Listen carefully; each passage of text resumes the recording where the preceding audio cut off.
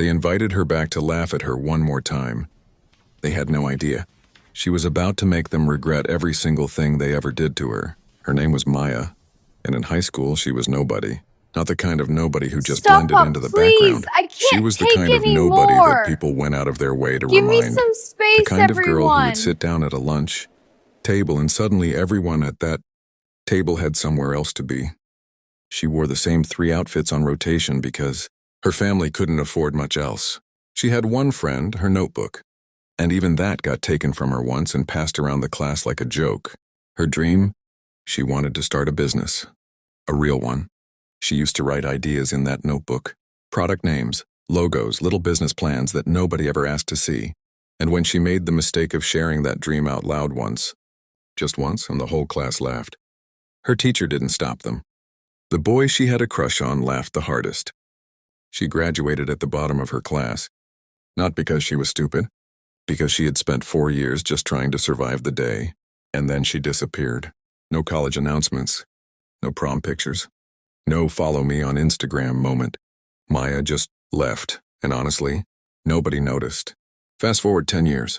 The reunion committee, mostly the same popular kids who now had mortgages and midlife crises, started sending out invitations. Someone found Maya's old email address.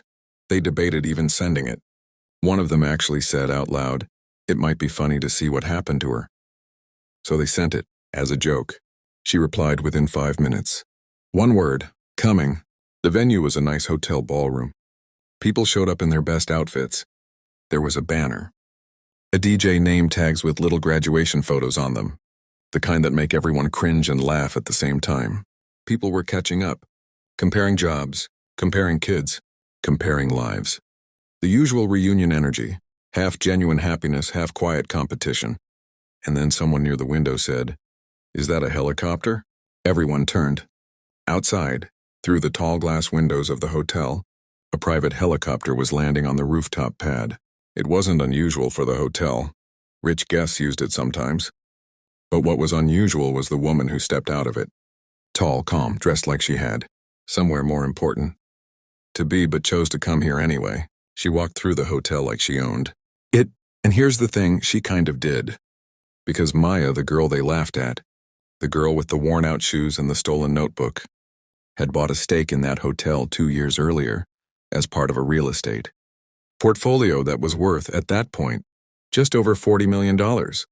Let that number sit for a second. 40 million.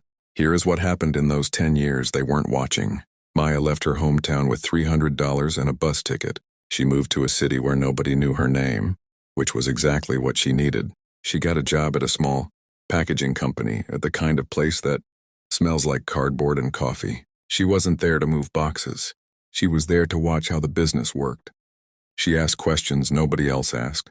Why do we use this supplier and not that one? Why does this product cost this much when the materials cost half that? Her manager thought she was annoying at first. After 3 months, he made her his assistant. She saved every dollar she could. Lived with 2 roommates. Ate rice and eggs more nights than she can count.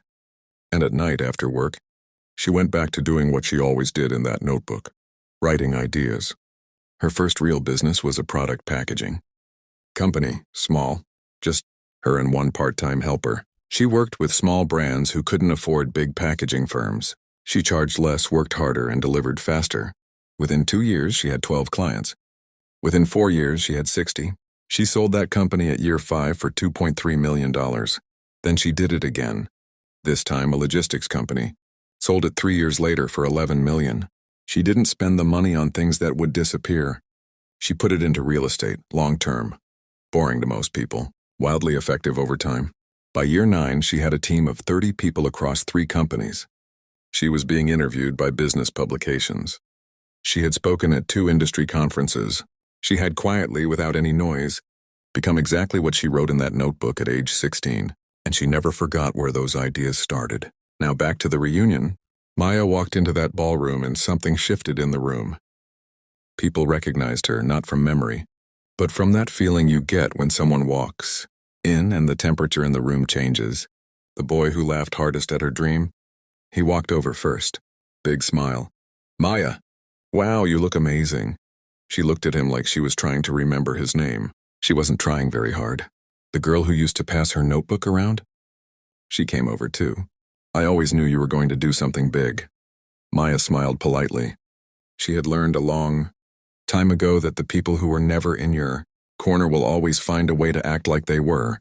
But here is the part that no one expected, and this is the part that matters most. Maya didn't come back to rub anything in. She didn't make a speech. She didn't walk around, making sure everyone knew about the helicopter or the 40 million or the companies. She talked to the quiet people, the ones standing near the edges of the room who still looked like they were back in high school, still feeling like they didn't quite belong. She found a woman who had been working the same retail job for 8 years and felt stuck. She talked to her for 20 minutes and gave her direct email. She found a guy who had a business idea but was too afraid to start and told him the exact first step she took. She found a girl who was almost in tears in the bathroom, feeling like a failure compared to everyone else, and told her the truth, that most of what people perform at reunions isn't real. She stayed for 2 hours. Then she left the same way she came. The reunion invitation was meant to be a joke. She turned it into a closing statement.